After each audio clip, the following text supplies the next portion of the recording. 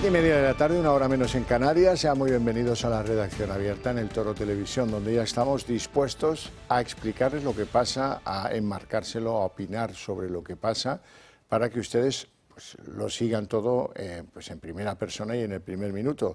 De que sucede eso sí, con un compromiso, el nuestro. Compromiso, valentía, compromiso, rigor, al mismo tiempo, si se puede. Y además, en un ambiente general de libertades. Esa libertad es la que me permite a mí empezar hoy hablando de salud con don Adolfo Albistor, que ya me acompaña aquí. Protege tu vida. Muy buenas. Aquí estamos, Xavier, muchas gracias. Usted con algunos de sus gadgets. Aquí vemos con los gadgets, es decir, hoy me gustaría contar lo de los guantes, porque la gente dice, pero ¿esto cómo funciona estos guantes? Bueno, esto es muy sencillo. Tú te levantas por la mañana y normalmente una persona que tiene artrosis, nada más levantarse, como hemos estado con las manos tranquilas, quietas, durmiendo, pues se han quedado un poco dormidas y anquilosadas. Entonces, cuando empezamos a mover la mano por la mañana, es decir, ya solamente levantar esa persiana, empezar no sé, a preparar el desayuno, a abrocharnos el botón de la camisa, dices, ostras, cómo me duele. Y tiene que pasar bastante rato para que se vaya calentando y te empieza a doler un poquito menos. Pero claro, no es lo mismo levantarte por la mañana, decir, bueno, pues ahora me voy a poner mis guantes, me pongo el guante, le doy a los dos botoncitos, en el momento que empieza el masaje, la vibración, el calor, esa onda pulsante, tú empiezas a mover la mano y ya sientes que este movimiento que te cuesta estirar con el guante ya no te cuesta. Entonces nos tiramos esos 20 minutitos pues haciendo cosas por casa, preparándonos el desayuno, o sea, haciendo una serie de cosas. Y vamos a notar rápidamente que cuando yo me quito el guante, digo, bueno, me acabo de quitar el guante y la mano es como que me flota. Muchas veces les digo a personas que dicen, bueno, es que, digo, pon una y no pongas la otra, ya verás la diferencia. Y es donde notas la diferencia, ¿no? Porque está haciendo ese masaje, vibración, calor, esas ondas pulsantes que vamos a conseguir que esa mano esté muchísimo mejor, ¿no? 3 tecnologías que se aplican de la forma más cómoda para el usuario, que permite hacer otras cosas, incluso dormir mientras lo haces. Sí, claro. Que coste cero, para entendernos, no pierdes tiempo haciéndolo, como antiguamente, que había que pasar por todos estos tratamientos. Claro, es que si haces lo que realmente... El inventor de guantes realmente lo que le ocurrió fue eso, ¿no? Que ese inventor trabaja con sus manos y después de un proceso de una operación que le dio una artrosis en una mano, te dijeron terapia ocupacional, fisioterapia, onda corta, no sé qué, y dijo, es que si hago esto ya no hago más en todo el día, ¿no? Y fue cuando inventó esto, con lo cual yo siempre digo que los tratamientos tienen que ser, por un lado, que sean eficaces, es decir, que note resultado, y por otro lado, que sean cómodos, claro. Claro. Y tenemos remedio para el que sufra en las rodillas. Claro, a partir de este ya surgió la artrosis de rodilla, que es la más común, más que de las manos. Lo que pasa es que las manos se ve más y es más como más, psicológicamente te afecta más. La de la rodilla es bastante común por todo, gente que ha hecho deporte, pues claro, al final ha ido desgastando la rodilla. Claro. Entonces, aquí trabajamos con terapia de luz, que es vibración y ultravioleta, que penetra dentro de esa articulación, además del masaje, vibración y calor. Aquí son 10 minutos. Si solamente es una rodilla, pues una. Y si son 2, 10 minutos una rodilla y 10 minutos otro, para que no nos quedemos en casa sin caminar, porque eso es lo que peor podemos hacer. Dejemos de subir esa escalera. Escaleritas, que viene muy bien, pero claro, te duele y dices, cualquiera sube la escalera, ¿no? Claro. Y luego tenemos el cinturón, que yo cuando estoy con Alejo en el gato, pues digo, pues el cinturón de Alejo, porque se lo puso y fue mano santa. Un cinturón que trabaja con el LED, doble frecuencia, masaje, vibración y calor, se puede poner cervical, dorsal y lumbar, para que así quitemos esos dolores tan molestos de la espalda. Perfecto. ¿Ventajas para los telespectadores? Pues mira, hay una cosa que es buenísima, que es la telemedicina, sobre todo si la tenemos gratis, que es lo que os damos por comprar cualquiera de los productos, que es que llamas a un médico por videoconferencia cualquier duda que tengas. Oiga, ¿puedo tomar un ibuprofeno si tengo la tensión alta? Bueno, pues llamamos al médico y nos lo cuenta. Y luego además os regalamos el librito Historia de nuestros médicos, cuyo programa tengo la suerte de presentar los sábados y domingos, y que además, te digo una cosa, Xavier, el día 23 de abril, ya lo diremos más, el día 23 de abril lo presentamos en la Real Academia Nacional de Medicina, que todos los espectadores que quieran se pueden acercar, es un sitio precioso, porque es en la calle Arrieta número 12, al lado del Teatro Real, y bueno, lo presentaremos, que regalaremos el ejemplar, y habrá muchas cosas más. Así que, gratis para vosotros, el librito, la telemedicina, y vamos a decir adiós a esa artrosis de rodilla de mano. Pues ahí tenéis un teléfono, el 900-730-122, llamáis y decís que sois del Toro Televisión. Muchísimas gracias, Adolfo, por venir aquí y por contarnos esta suerte de inventos que nos facilitan la vida a todos. Muchas gracias.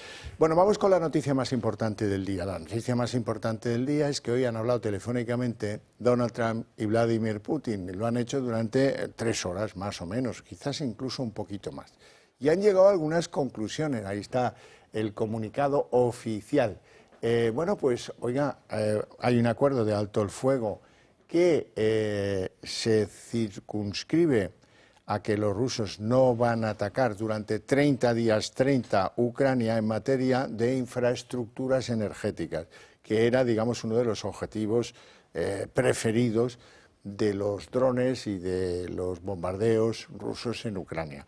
Así es que no va a haber ataques a esas infraestructuras, y también hay un acuerdo inicial de intercambio de 173 prisioneros de ambos bandos que tiene el opuesto. Bueno, principios de un acuerdo que le va empezando a salir bien a Donald Trump. Esto no era imaginable hace unos meses antes de que él llegara a la presidencia norteamericana. A Biden era incapaz, y a Europa también demostró su incapacidad para hacer que Putin empiece a abrir la mano en Ucrania. Ya digo que es un acuerdo inicial, no es un acuerdo de máximos, sino un acuerdo de mínimos. Pero bueno, por algo se empieza. Resolver esto no es fácil.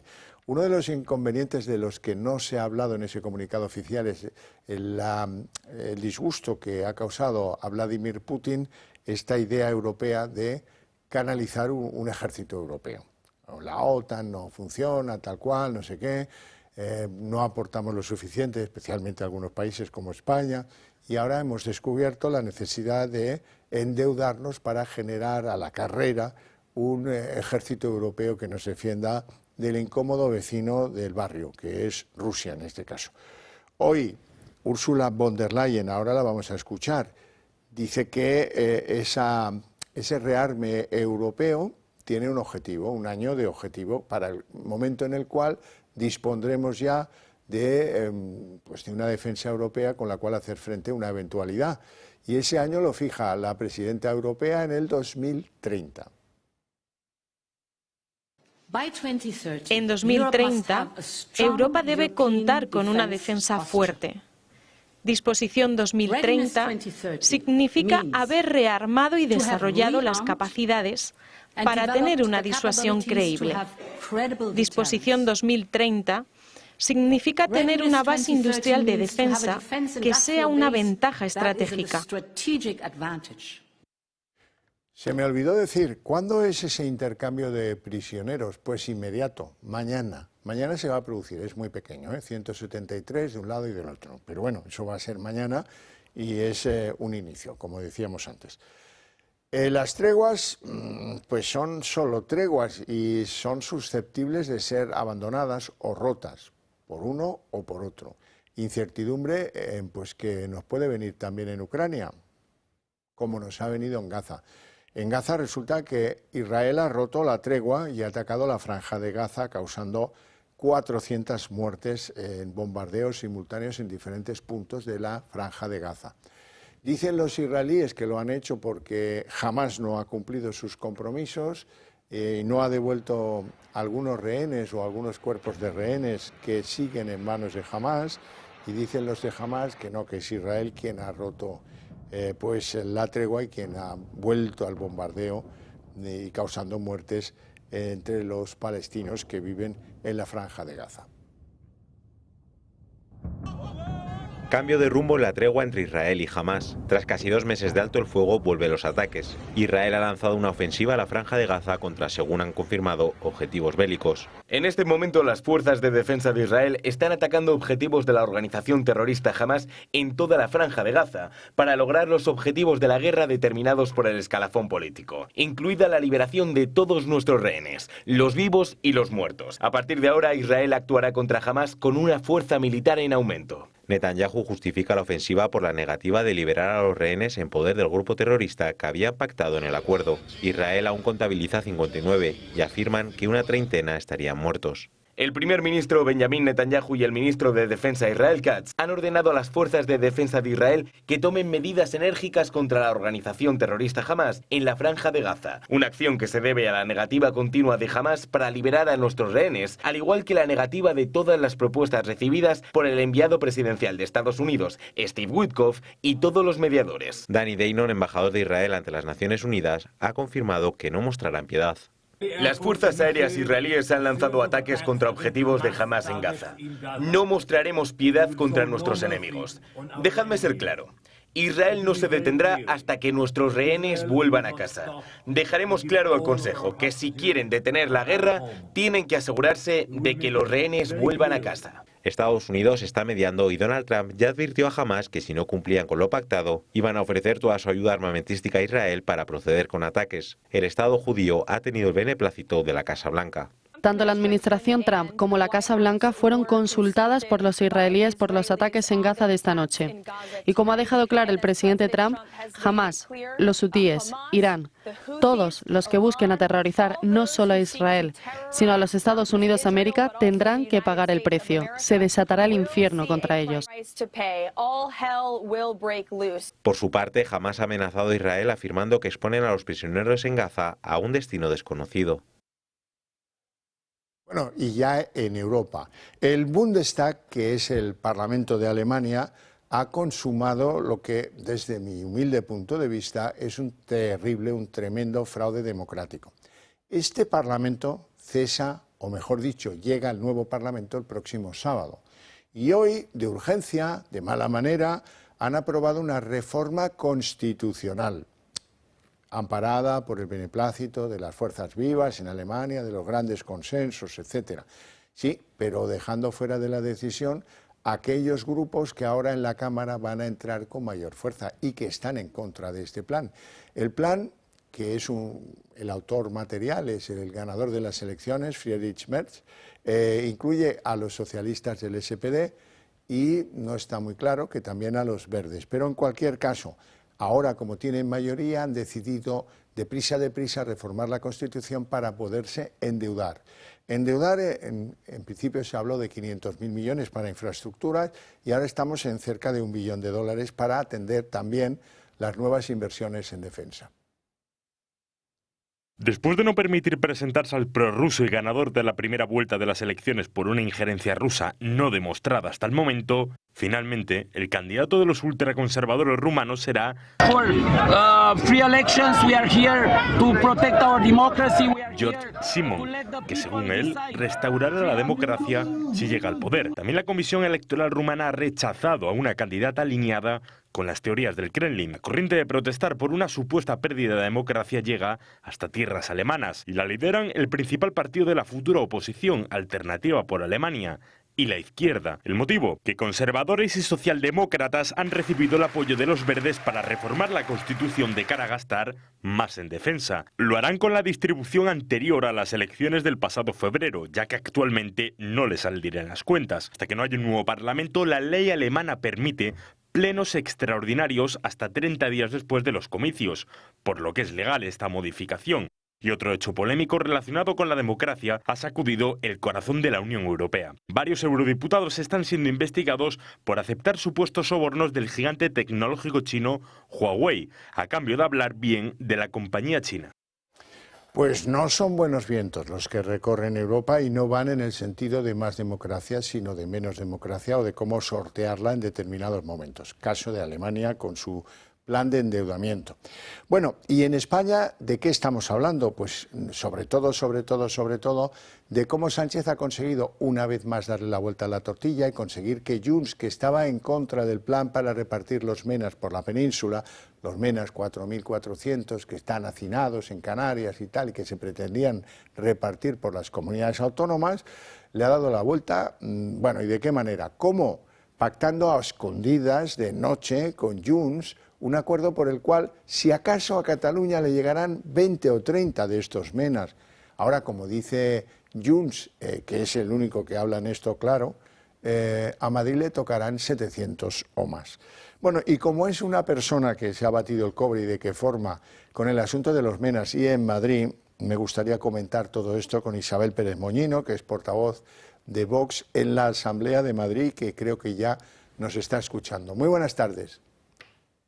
Hola, ¿qué tal? Muy buenas tardes, Javier. Y gracias por invitarme a participar. Gracias por participar en el programa. Bueno, supongo que a ti te habrá dejado un poco sin habla el ver que haya tantas comunidades del PP que están en planteamientos propios de Vox, y siendo que esto causó la ruptura de aquellos gobiernos autonómicos compartidos y la pelea continua de Vox en Madrid con Isabel Díaz Ayuso, pues me interesa conocer tu opinión.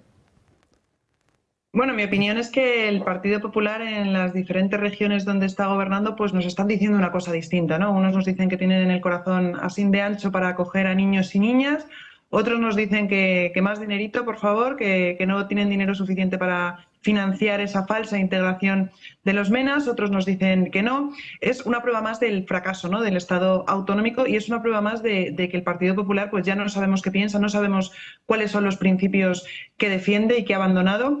Y es una prueba más de que es un teatro, es un absoluto teatro de unos y otros que realmente pues lo que están haciendo es intentar distraer a los españoles, ¿no? Si no quieren MENAs, lo tienen que decir claramente. No queremos MENAs. Esos MENAs tienen que estar en sus países de origen, con sus padres, con sus tradiciones y con su cultura. Y yo no he escuchado a ningún dirigente del Partido Popular decir esto, absolutamente a ninguno. Lo único que están haciendo pues es ese teatrillo, ¿no?, que intentan aparentar enfrentándose a Pedro Sánchez, pero la realidad es que el señor Feijóo pactó con Pedro Sánchez el reparto de ilegales por toda España. Prueba de ello es que obligaron a romper los gobiernos regionales que teníamos con Vox, porque Vox dijo que no iban más ilegales a las regiones donde estábamos en cogobierno con el Partido Popular.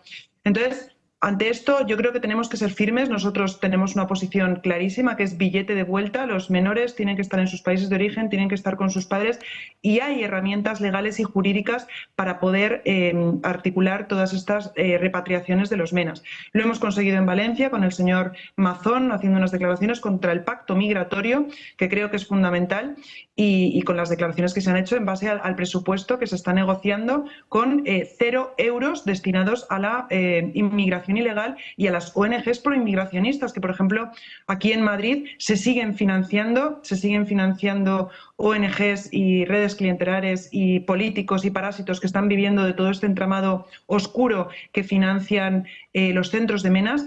Y la señora Ayuso pues no ha hecho absolutamente nada. Nosotros desde el grupo parlamentario de Vox le propusimos, por ejemplo, hacer la prueba de edad para determinar si estos supuestos MENAs que están bajo la tutela de la Comunidad de Madrid son MENAs o no, y nos dijo que no, mientras que en Valencia, por ejemplo, el Partido Popular de Valencia, el Partido Popular de Baleares, dijo que sí, que iba a hacer las pruebas de edad a los presuntos MENAs que estaban bajo el sistema de tutelaje de esa comunidad autónoma. También hemos propuesto, como se ha aprobado en Murcia, a instancias de Vox y con la aprobación del Partido Popular de López Miras, firmar convenios de reagrupación de estos menores en sus países de origen, como permite el artículo 35 de la Ley de Extranjería. El Partido Popular de Madrid nos ha dicho que no. Así que de nada sirven las palabras, de nada sirven los titulares, de nada sirven los tweets, si no tenemos unas declaraciones fehacientes, unas declaraciones valientes, diciéndole a Pedro Sánchez que no aceptamos más MENAs en nuestra región, que los MENAs tienen que estar en sus países de origen con sus padres.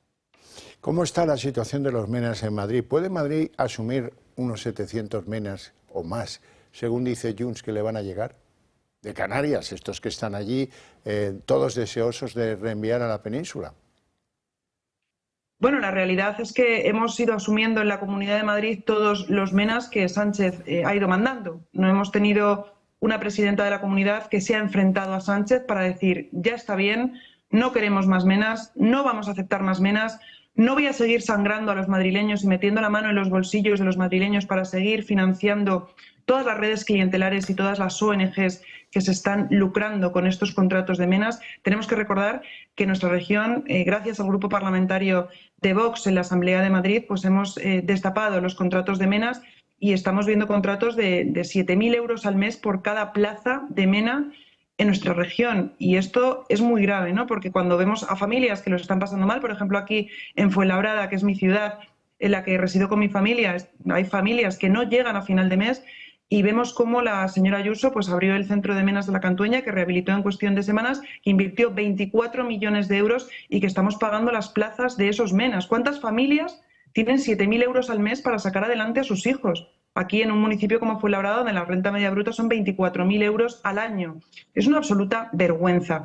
Y lo que hay que hacer es dejar de hablar de políticas de integración, como están haciendo desde la Comunidad de Madrid. Lo que hay que hacer es dejar de financiar a estas ONGs. Y lo que hay que hacer es enfrentarse a Sánchez y decir, ya está bien, ni un MENA más en la Comunidad de Madrid, ni un MENA más en España. Esto no es una cuestión de regiones, de peleas, de 30 aquí, 40 aquí. Es que ni en Barcelona, ni en Madrid, ni en Murcia, ni en Andalucía queremos menas, es decir, tienen que estar en sus países de origen con sus padres. Es el único debate que nosotros queremos hacer. Y mientras tanto, pues vemos al bipartidismo intentando entretener a los españoles, que estamos cruzando los dedos, todos, millones de españoles que están diciendo, por favor, que no sea en mi barrio donde recaigan estos menas con este reparto, porque tenemos que recordar que los centros de menas, allí donde se han ubicado, en la Comunidad de Madrid, han causado delincuencia, han causado agresiones sexuales, han causado peleas en los centros de menas, han causado agresiones y acoso sexual a las trabajadoras sociales que prestan sus servicios en los centros de menas. Y ante esto nadie ha alzado la voz, ni el Partido Popular ni el Partido Socialista, porque juntos han pactado las políticas migratorias.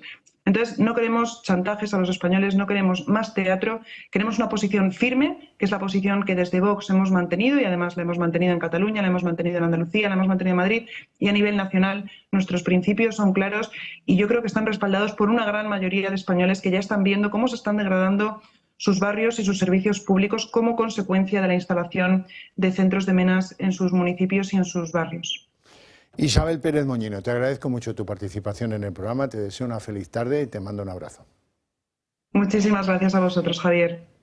Bueno, pues tenemos que hablar de un tema candente, que es el paso de la borrasca Lawrence por el sur de España, centro y sur de España. El recorrido es espeluznante, ya os aviso. Empezamos en Málaga, donde se ha desbordado el Guadalhorce.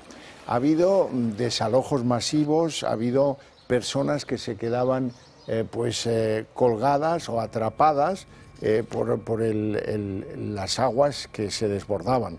La isla de Campanillas, todavía no pueden regresar a las viviendas los vecinos.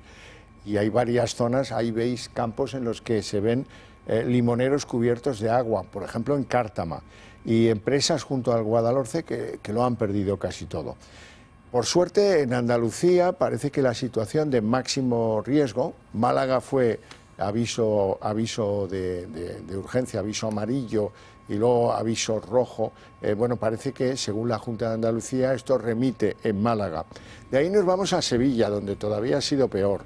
La AP4 que lleva de Sevilla a Cádiz, pues es donde se ha producido la desaparición en un pueblo llamado Constantina, en Sevilla, insisto, de un coche que fue llevado por la crecida y que apareció volcado y arrastrado por las aguas de un arroyo. Como resultado de esto, una de las personas que iba en ese coche ha fallecido y su cuerpo ha sido rescatado. Seguimos en Sevilla buscando a la otra persona, esperemos que esté viva o vivo. Y de ahí nos vamos a Córdoba. En Córdoba lo que tengo que contaros es que también se ha desbordado, en este caso, el Guadalquivir, y que hay una persona, un señor de más de 70 años que se fue en bicicleta al campo, seguramente a algún huerto, etcétera, en Añora. Este hombre tiene 70 años y por ahora no ha aparecido ni él ni la bicicleta. Bueno, esperemos que reaparezca, que se haya resguardado en algún lugar y que esté intentando volver a casa cuando las aguas amainen un poco. Y por último nos vamos a ir a Murcia. En Murcia van a haber 9 personas atrapadas por las aguas, felizmente han resultado ilesos, en una tromba de agua en Águilas que les pilló en el arroyo este que ven, ¿no? Todo ha sido muy rápido, pero si ven imágenes nocturnas de Águilas, ponen los pelos de punta, porque el agua, estas imágenes que ven son de Águilas esta mañana, que no es poca cosa, pero las nocturnas son estremecedoras. El agua lo arrastraba todo y el agua lo reventaba todo. Y por completar la información de lo lamentable en Murcia en las últimas horas, aunque la causa no está clara que tenga que ver con el aumento de las lluvias, ¿verdad?, sino hay quien cree que fue un reventón de una de las ruedas.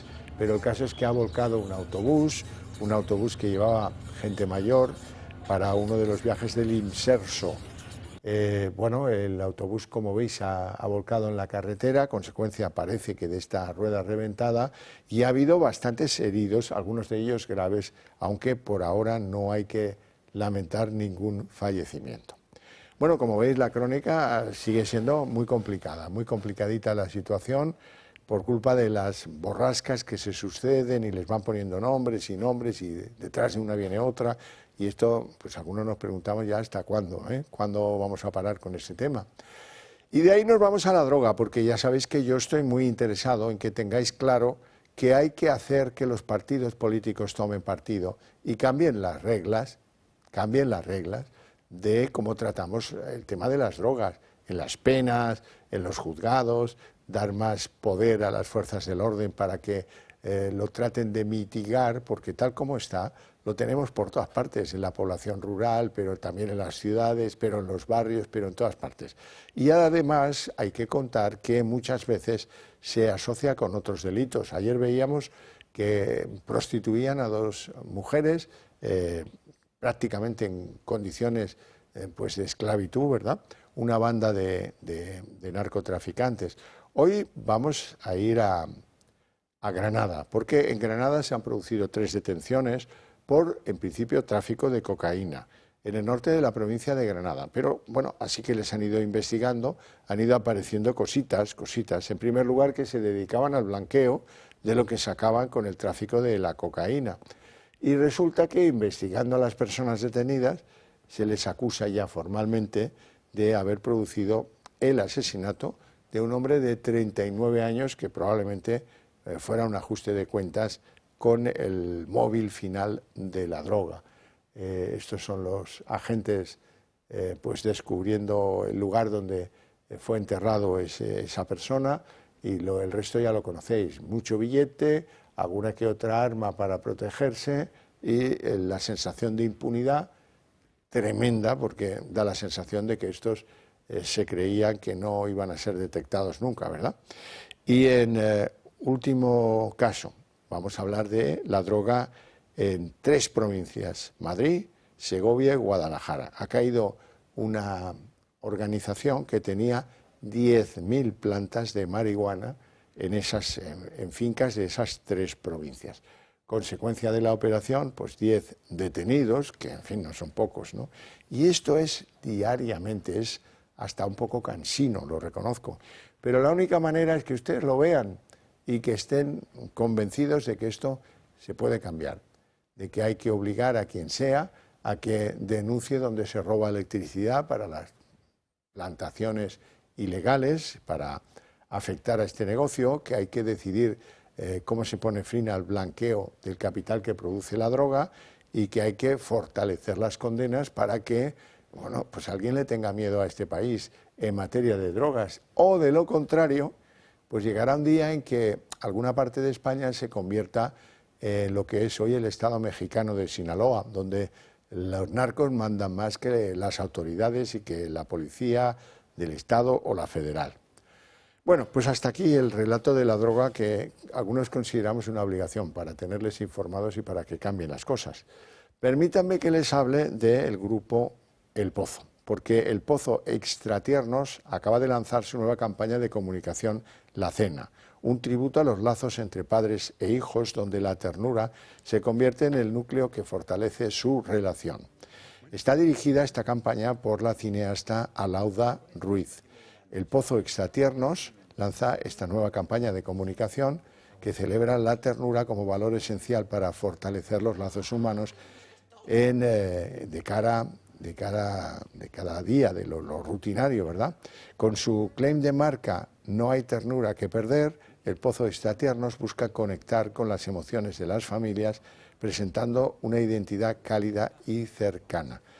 La campaña debuta el 17 de marzo con el spot La Cena, cuya creatividad corre a cargo de la agencia El Ruso de Rocky, mientras que la producción ha sido realizada por Igloo Films bajo la dirección de Alauda Ruiz, ganadora del Goya a la mejor dirección novel con 5 lobitos y reciente ganadora en los premios Feroz por Querer de la que es guionista y directora. Alauda Ruiz ya dirigió el pasado año el spot de Extratiernos Abuela Lala.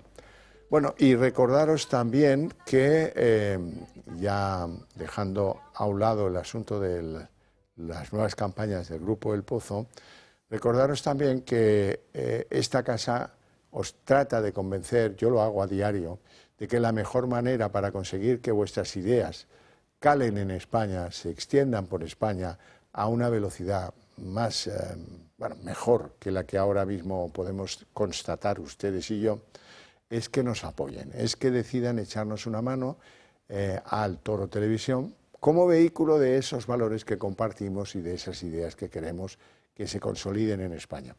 ¿Eso cómo se hace? Pues muy fácil. Se trata de llamar al teléfono que aparece en pantalla, 91 616 2464, y de hacer saber que queréis ser un miembro más del Club de Amigos del Toro Televisión. Con eso nos reforzáis y ese es el material que nosotros vamos a utilizar para poder influir sobre todos los españoles, que ahora no llegamos a muchos lugares de España.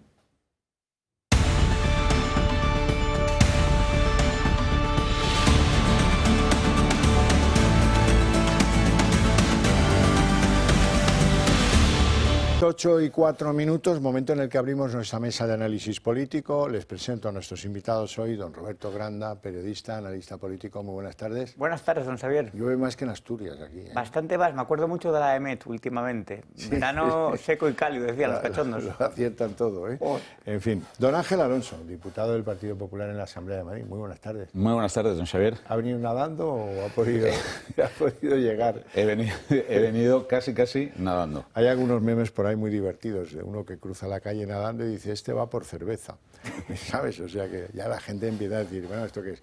Eso con todo el cariño y el respeto por los que lo están pasando mal. En Málaga, en Córdoba, en Sevilla, sobre todo en Sevilla, también en Murcia, ¿verdad? Bueno, vamos a lo que nos compete, que es la política.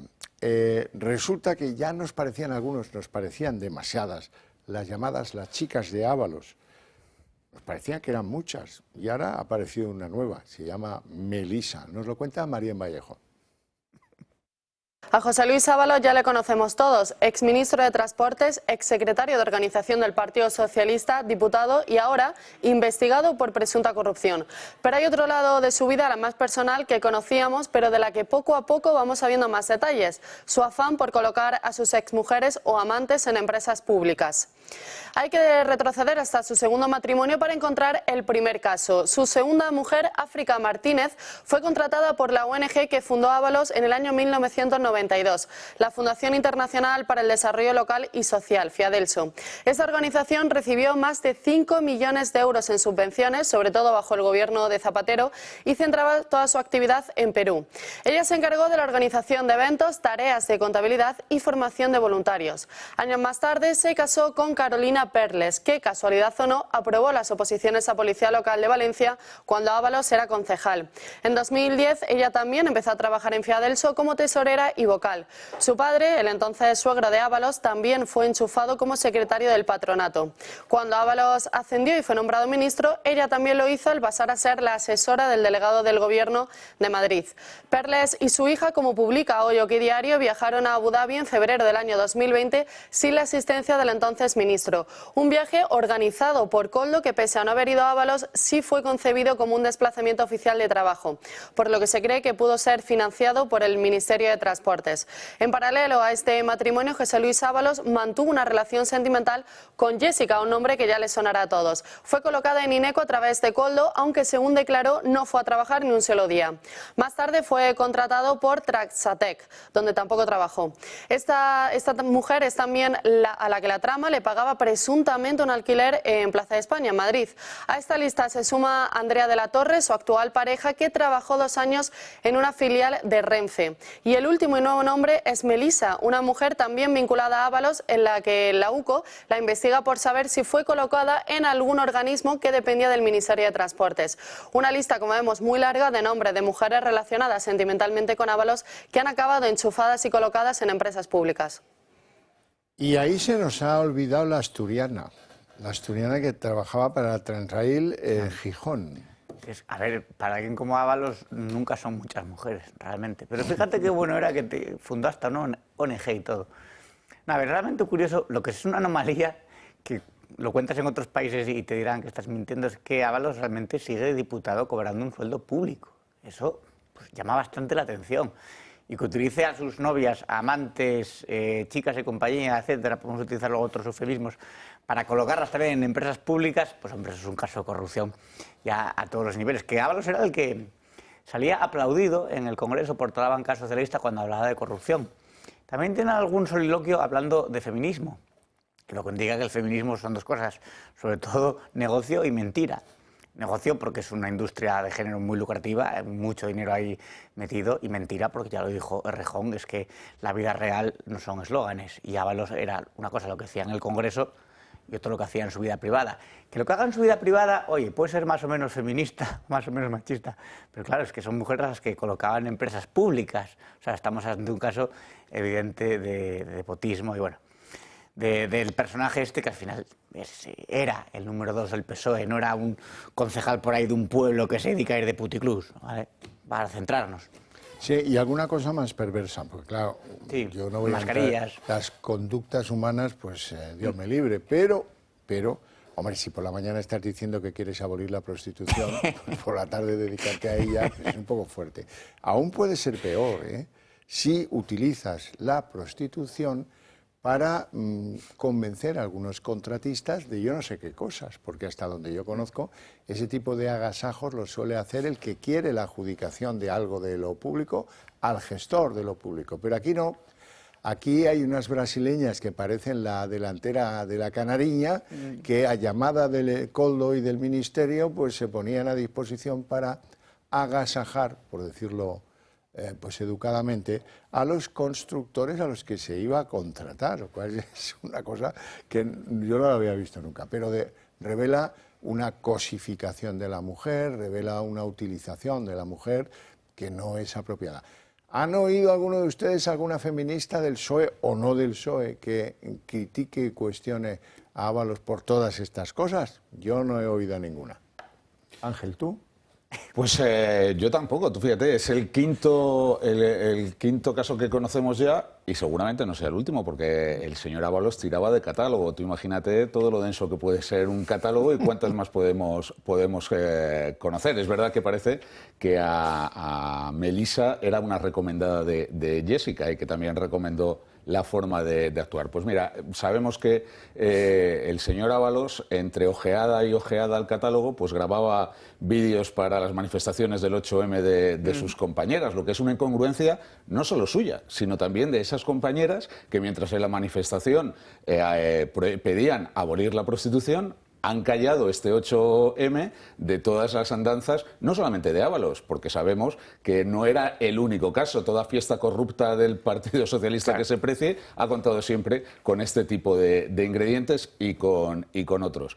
Y callan, igual que las mujeres de Más Madrid, han callado también este 8M, del caso Errejón, del caso Monedero, y al final pues es una tendencia siempre de la izquierda madrileña y española, ¿no? La de decir a los demás cómo tienen que vivir y ellos hacer lo contrario en su vida más personal. Que oye, hay quien puede decir, y no sin razón, oye, cada uno con su doble moral y con sus vicios, allá ellos. Hombre, pero que esos Siempre vicios que se los paguen ellos. Que esos vicios se los paguen ellos. Ya que se los pague o contratar a esas señoras para tener una especie de tarifa plana a costa del erario público, pues es un presunto delito que habrá que investigar y que en eso está la justicia y desde luego es lo que es reprochable y execrable. Pero no este 8 de marzo. Cuando Ábalos grababa ese vídeo para 8 de marzo anteriores, en el PSOE ya sabían de sus andanzas las mujeres del PSOE, igual que era Vox Populi lo de Rejón y lo de Monedero y en la Complutense y sus alumnas, y que se sabía que Monedero no podía dar sus tutorías con la puerta cerrada del despacho, o sea, se sabía. Otra cosa es que salga a la luz pública los escándalos, el mito español, la cancelación, Twitter, redes y demás. Pero que se sabía, y cuando Ábalos ya grababa esos vídeos animando al 8M y hablaba de mucho feminismo y muy feminismo, las señoras del PSOE ya sabían Ábalos a lo que se dedicaba. De hecho, por eso lo fueron un poco apartando poco a poco. Se sabía, y en la policía lo sabían, que utilizaba el móvil del Congreso para sus cosas personales. Bueno, quizás, solo digo que quizás, una explicación de por qué los constructores que contrataba el Ministerio de Transportes eran agasajados con una señorita de compañía brasileña del mismo catálogo que Jessica, la explicación nos la da lo que viene a continuación. Ayer empezamos a ver este asunto de un constructor que él dice que él pagó un 20% pues de coima para los que le daban las adjudicaciones públicas. Un 20% es una barbaridad de dinero, pero claro, si te tratan tan bien, pues tú tiendes a ser generoso. Si el constructor en cuestión tiene su negocio, qué sé yo, en Castellón de la Plana y le cae una adjudicación de transportes para que haga 50 kilómetros del AVE de Galicia, donde no tiene ni implantación, ni un solo trabajador, ni nada, pero que sabe que le va a caer, pum, un dineral para hacer eso, pues a lo mejor sí que empieza a ser razonable que pague un porcentaje si es que no tenía opción a hacer esa obra y ahora gracias a la trama la tiene. No lo sé, ¿eh? No, explicar esto empieza a superar mis capacidades. Por eso prefiero que lo explique el empresario, que por cierto ya ha empezado a señalar como un propio de la organización que dirigía Ábalos, al que fue su sustituto en la Secretaría de Organización del PSOE, al navarro Santos Cerdán, como Ábalos acompañando a Sánchez desde el minuto cero en aquel coche que recorría en España, junto con Koldo también. Bueno, vamos a escucharle. Pero yo le podría decir que casi cada día el señor Koldo García reportaba o hablaba con el señor Santos Cerdán. ¿Lo hacía delante de ustedes cuando estaban reunidos? No, pero no es una persona que tenga una voz suave y cuando coge el móvil se oía, bueno, toda la tragantía se enteraba de que hablaba con él. Cuando acababa decía, es que estaba hablando con Santos Cerdán, yo pensaba, ¿quién será este? ¿Y qué relación cree usted que tenía Santos Cerdán con José Luis Ábalos? Lo que yo intuyo es que podía ser perfectamente un testaferro del señor Ábalos, porque tenía que ir todos los días a reportar al señor Santos Cerdán. Pero, ¿y qué le decía Koldo a Santos Cerdán? No te lo puedo decir, no lo sé, pero era curioso que siempre hablara. Hombre, yo puedo entender que hablara con su novia, que hablara pero con un señor que siempre voy a hablar con. Esto lo tengo que hablar con Santos Cerdán. Hablaba mucho de esta persona. Pero ¿Esto qué? Relacionado con el Grupo Azul. Con alguna de los proyectos que había encima de la mesa. Ángel Alonso, ¿a qué te huele esto? Pues mira, no es la primera vez que señalan a Santos Cerdán y la verdad es que no me extraña en absoluto, porque toda la trama de corrupción que rodea a Pedro Sánchez, que es origen y final de esa trama de corrupción, siempre ha tenido dos esferas. Una, su Consejo de Ministros, donde ahora por el que más preocupados están es por Víctor Torres, que todavía sigue teniendo almacenadas mascarillas que no pudo usar después de pagar 5 veces el precio de mercado que tenían. Y en la esfera del partido el que más preocupa es Santos Cerdán por las muchas ramificaciones y muchas personas que le relacionan en este caso de corrupción. Y hay que recordar que el nexo en común que podía tener tanto el Consejo de Ministros como el Partido Socialista era Ábalos, que era la persona de confianza de Pedro Sánchez y estaba en el ministerio, sí, como persona de confianza, pero también era el secretario de organización del Partido Socialista. Y era esa persona de confianza porque es quien llevó a Pedro Sánchez primero a la Secretaría General del partido y luego a la Moncloa. Y el grupo de confianza, el equipo de confianza de Ábalos era Santos Cerdán y era Koldo. Con lo cual, que Koldo figure o que Santos Cerdán figure como persona de confianza de Ábalos o como testaferro de Ábalos entra dentro de la lógica, porque claro, Ábalos también necesitaba tiempo para consultar el catálogo. Con lo cual, en eso está metido, como digo, todo el Partido Socialista y el Ministerio.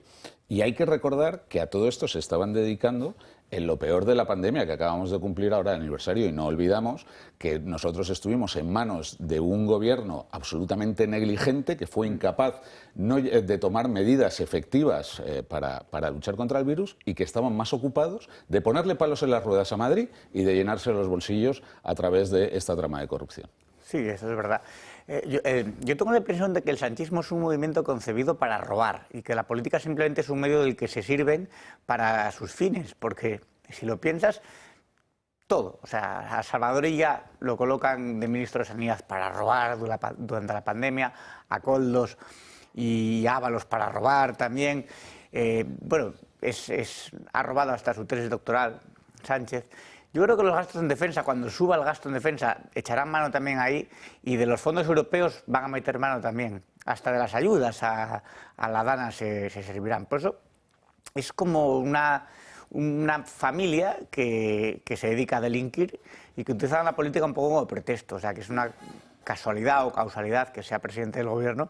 Pero, pues, recordemos a Sánchez detrás de esas cortinas, cambiando las urnas, metiendo papeletas en una urna y lo echaron de la Secretaría General, y fue cuando fue por ahí con la banda del PIO, donde estaban todos estos personajes pues haciendo de las suyas, y ahora son los que manejan y los que se están llevando crudos.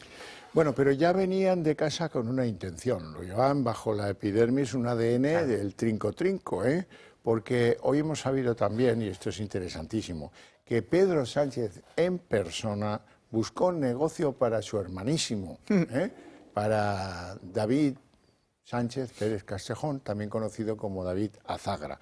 Y lo hizo fuera de España, en Portugal, firmando un acuerdo con el presidente socialista portugués, António Costa, para que se produjera un fenómeno operístico de alta alcurnia entre los dos países, el fenómeno ibérico de la ópera, y lo que lo dirigirá David Azagra, claro está.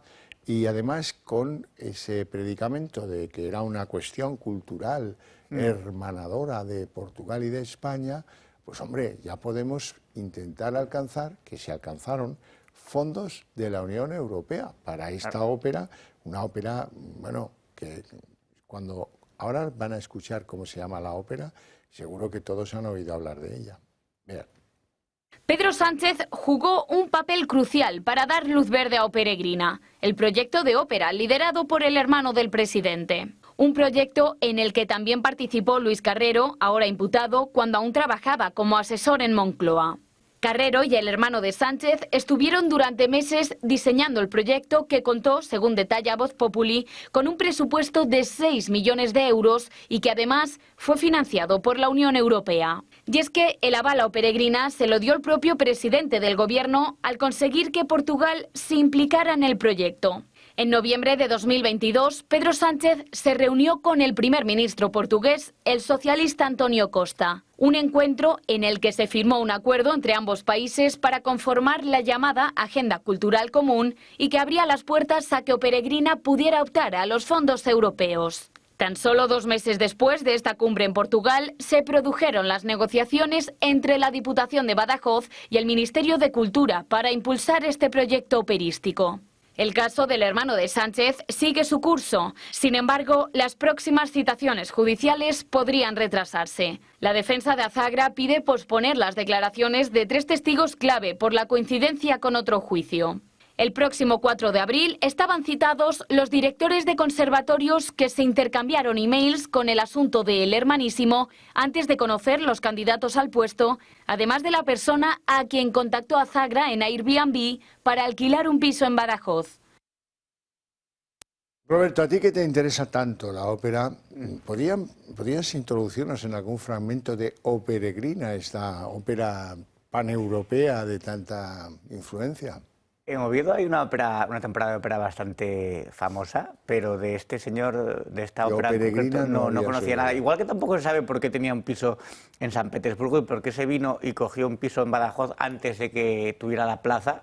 O sea, alguien a lo mejor le había dado el chivatazo, le dijeron no te preocupes que la plaza es tuya. Muy curioso eso. Vamos a ver. Pero creo que fue la vicesecretaria de Comunicación del PP la que dijo que no hay ningún presidente del gobierno ni ninguna democracia que tenga a su mujer imputada en un juzgado, a su hermano imputado en otro y ante el Tribunal Supremo al que era su número 2 y al fiscal general del Estado.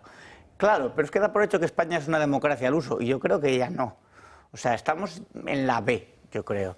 No el tercer mundo, pero tal vez el segundo sí. Una democracia sui generis. Ángel.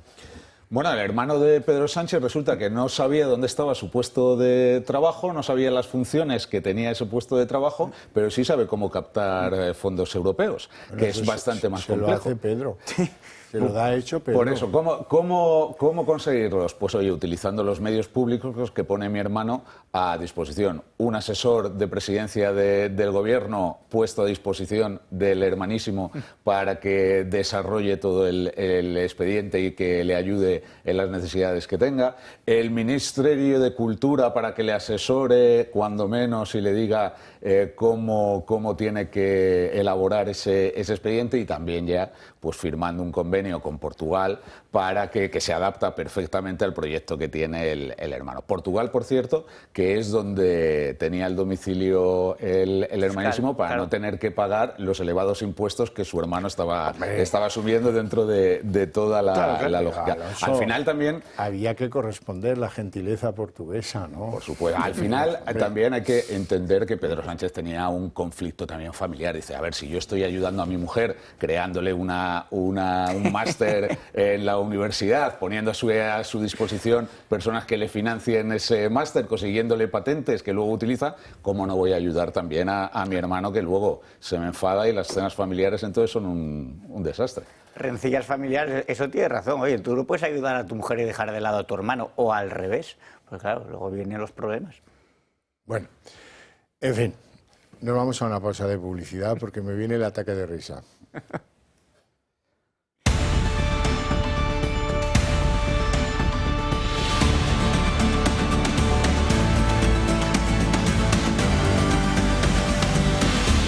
Estamos de acuerdo en que Canarias está saturada de menas. Estamos de acuerdo en que el Gobierno ha querido sacar de Canarias 4.400 menores no acompañados para repartirlos alegremente por las comunidades autónomas.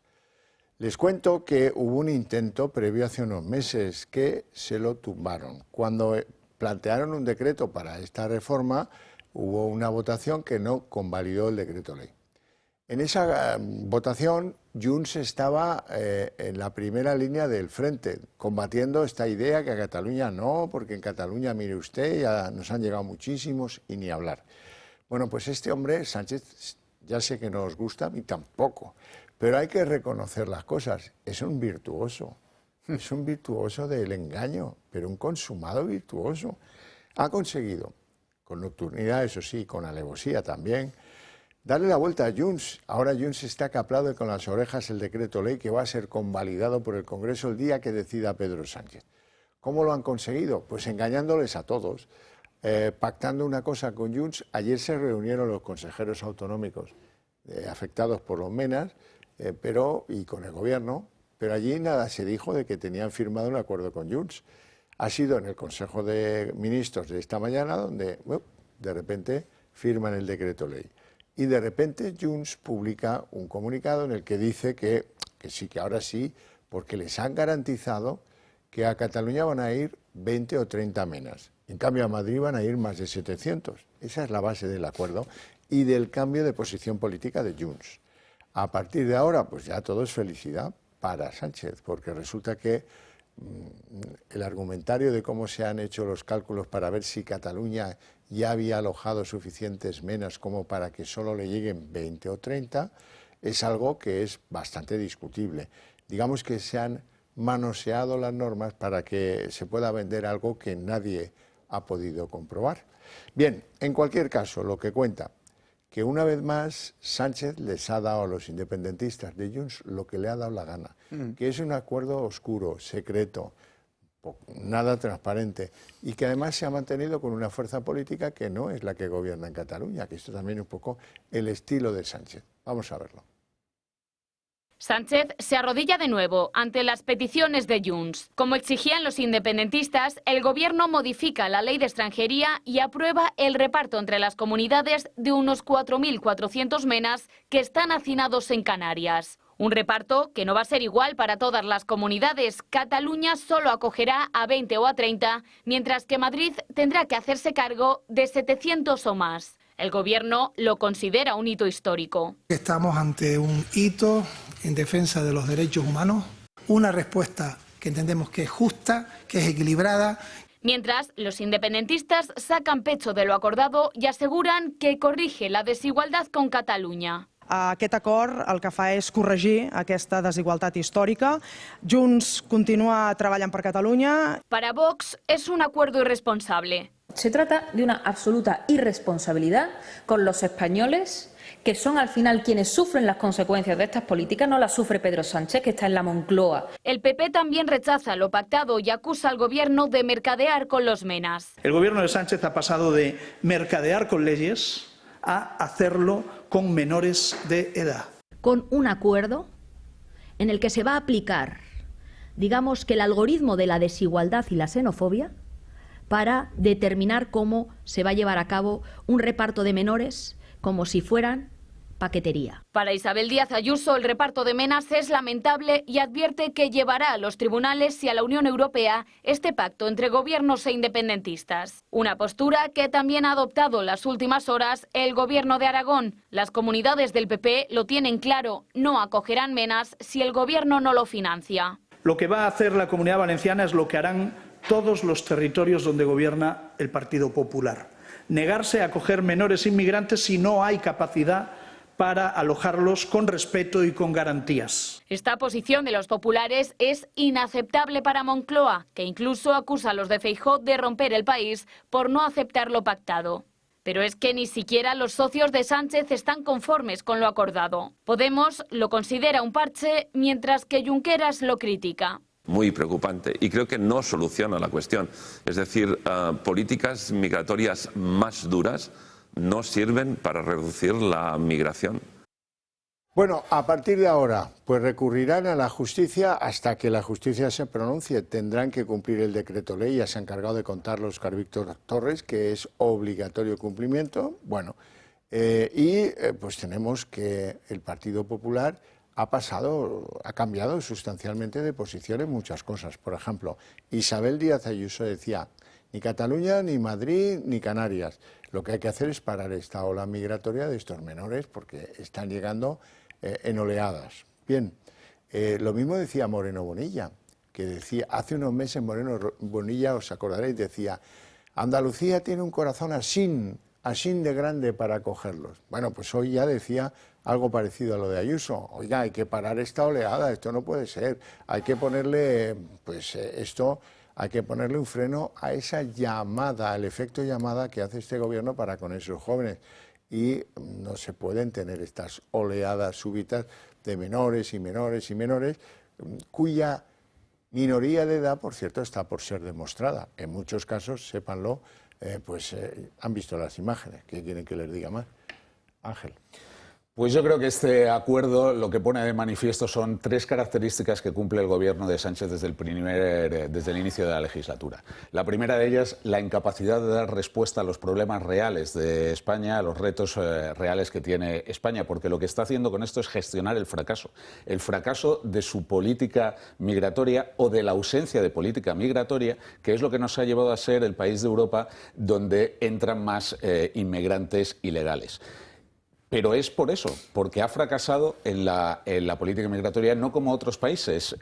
No era España quien tenía ese efecto llamada la principal ruta de entrada de la inmigración ilegal. Pero es que países como Italia sí ha sabido llevar a cabo las políticas que han reconducido esa situación y España no, y ahora está, como digo, gestionando el fracaso de su política. La segunda característica, bueno, pues las cesiones permanentes a Junts. Decías no con razón que Junts cambia porque va a apoyar este acuerdo, este decreto, pero no deja de ser también cierto que es Pedro Sánchez el que con este acuerdo y con la cesión del control de fronteras ha pasado de hablar de las políticas de acogida, de las políticas de colaboración, de solidaridad, a ser cómplice de las políticas más racistas, xenófobas y excluyentes de toda la Unión Europea, que es las que caracterizan al independentismo catalán. Y tercera característica, hacer daño a Madrid. La obsesión que tiene Pedro Sánchez con la presidenta Ayuso y con la Comunidad de Madrid, porque es el bastión de todas las políticas antagónicas a las suyas, hace que cada vez que puede castigar de alguna manera a Madrid, cada vez que encuentra la manera de crear un mayor problema a Madrid, lo haga. Y solo hay que ver que el reparto no es en función de la capacidad de acogida que tengan las comunidades autónomas, de cómo puedan estar las personas a las que haya acoger, sino simplemente ver qué de sus objetivos políticos consigue con esto. Fíjate cómo será que hasta el propio alcalde de Fuenlabrada, el del Partido Socialista, es el primero que no quiere ese reparto ni acoger a todos estos menores inmigrantes. Sí, pero Ayuso ha invertido 24 millones de euros en el centro de menas de Fuenlabrada. ¿Me explico? Lo primero que hay que pensar, o que preguntarse es que por qué hay una saturación en Canarias de menas. Decimos que Canarias está saturado de menas. La parte más cercana del oeste de Marruecos a Canarias está a 100 kilómetros, son como unas 62 millas náuticas. Quiere decir que ese recorrido no lo pueden hacer, o es muy complicado hacerlo en un cayuco. Hay unos ONGs que potencian claro, los todo llevan esto, hasta cerca de Canarias, ahí los sueltan, claro, y ahí los van a recoger. Entonces, pensemos en eso y en el negocio que hay detrás.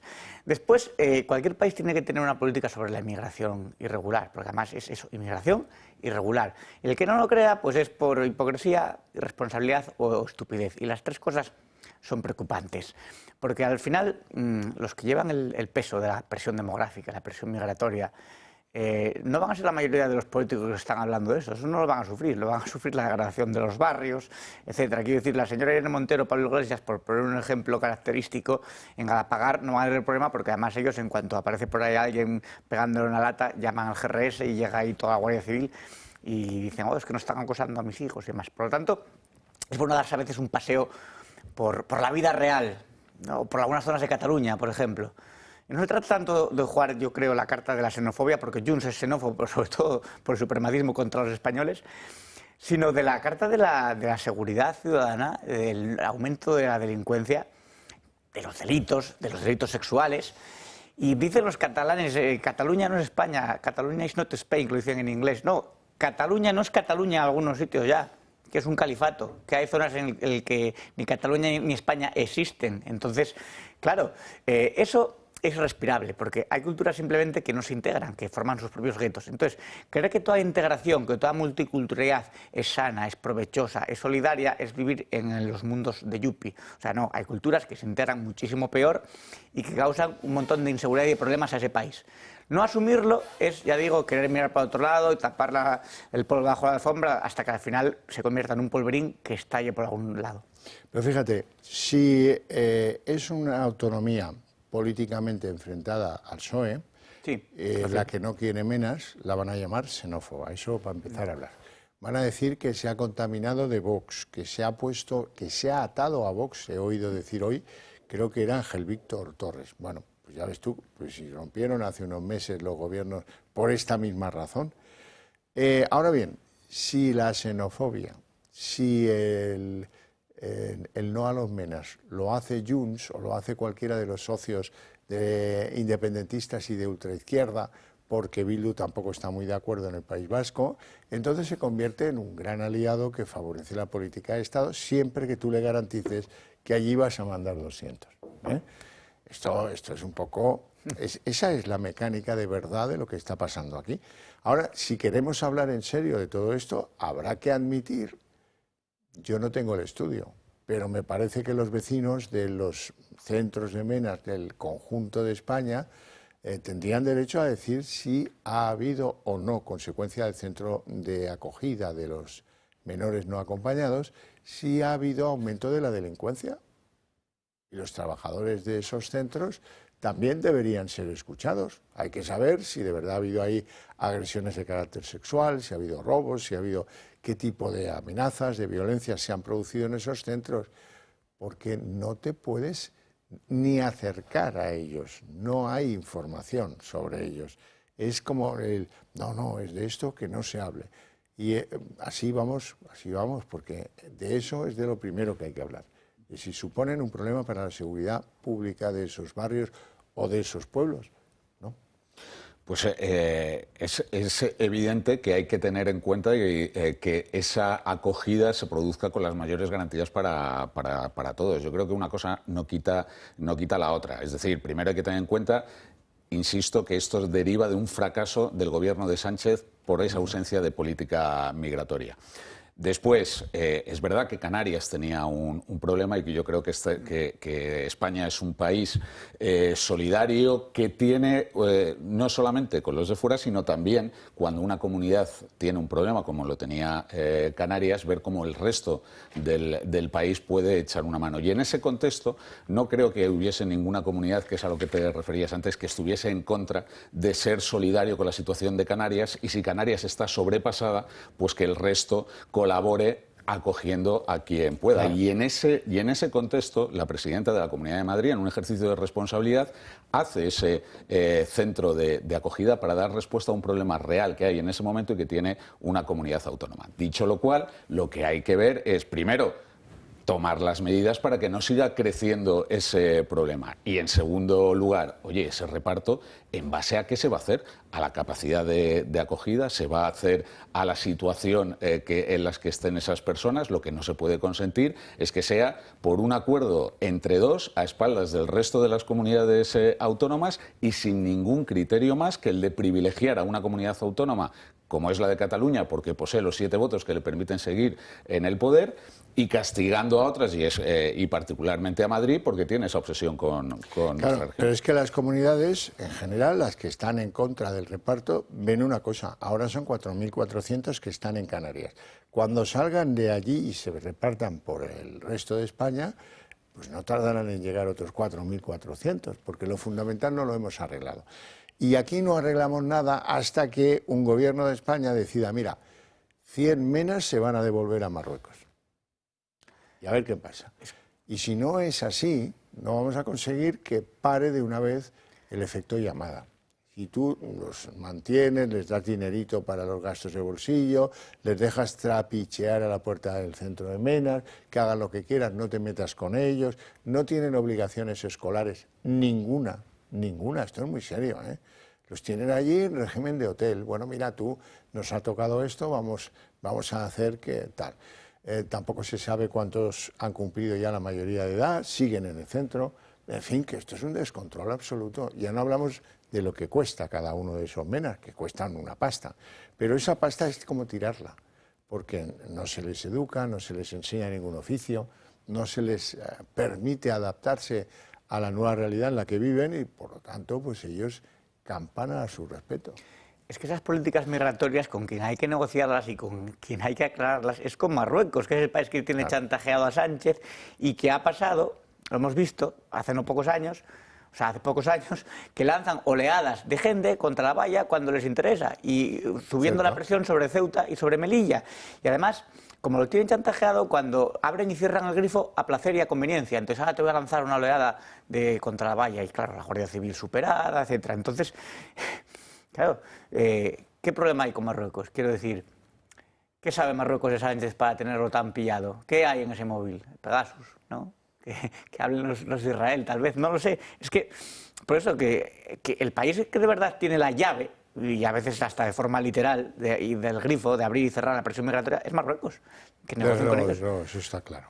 Bueno, hay un elemento de lo que es la política parlamentaria relevante en el día de hoy, y es que la mesa del Congreso ha dado luz verde para que se tramite una comisión de investigación sobre las relaciones que pudo haber entre el grupo Quirón, el grupo de medicina privada Quirón, y el pareja de Ayuso, Alberto González Amador.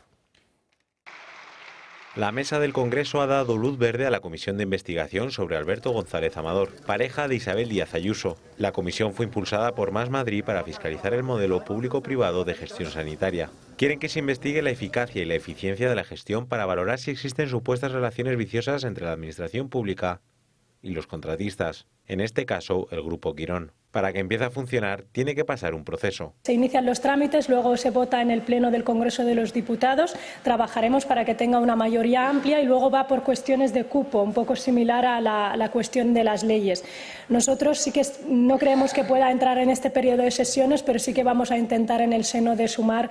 Entendemos que Compromís ahora mismo tiene una prioridad por la cuestión de la DANA, pero no queremos dejar de llevar esta comisión al menos en el siguiente periodo de sesiones. Pretenden que la Junta de Portavoces de la Cámara Baja incluya el debate de la creación de la comisión en las próximas sesiones. El texto inicial tuvo que ser modificado, ya que la mesa pidió a Sumar que sacaran de la redacción las referencias a administraciones autonómicas. El primer compareciente pretenden que sea Alberto González Amador y contemplan llamar a Isabel Díaz Ayuso. Queremos rastrear que ningún euro público del dinero público que debería ir a la sanidad pública termine en los bolsillos de unos pocos y sobre todo en pagar un ático, el ático en el que vive actualmente la presidenta de la Comunidad de Madrid, junto con el presunto defraudador Alberto Quirón. Como ya sabéis, la presidenta junto con todo su gabinete han protegido y están protegiendo al señor Alberto Quirón. Para nosotros va a ser una oportunidad, como ya anuncié, de llamar a la señora Ayuso a comparecer para que dé las explicaciones que se ha negado a dar en las instituciones madrileñas. Tanto PSOE como Sumar tienen mayoría en la mesa del Congreso. Pachi López reafirma su apoyo a la puesta en marcha de la comisión. Nosotros la vamos a apoyar y en cuanto se ponga en marcha hablaremos de cuál tiene que ser o cuál es lo que nosotros pensamos que tiene que ser el plan de trabajo y las comparecencias. Cada cosa a su tiempo. Yo no sé de dónde la sacan, pero esta Tesiri nos va a dar unas tardes de gloria tremendas. Es la que dice Alberto Quirón. No, hija, no. Es el grupo Quirón y Alberto González Amador. 2 veces lo ha dicho. Es un fenómeno. Bueno, pues Ángel. Es una muestra del filibusterismo parlamentario del que ha hecho gala tanto Partido Socialista como Sumar desde el inicio de la legislatura, ¿no?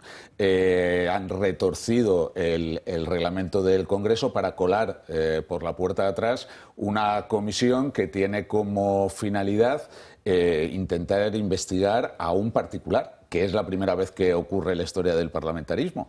Y que tiene todo el derecho a no ir.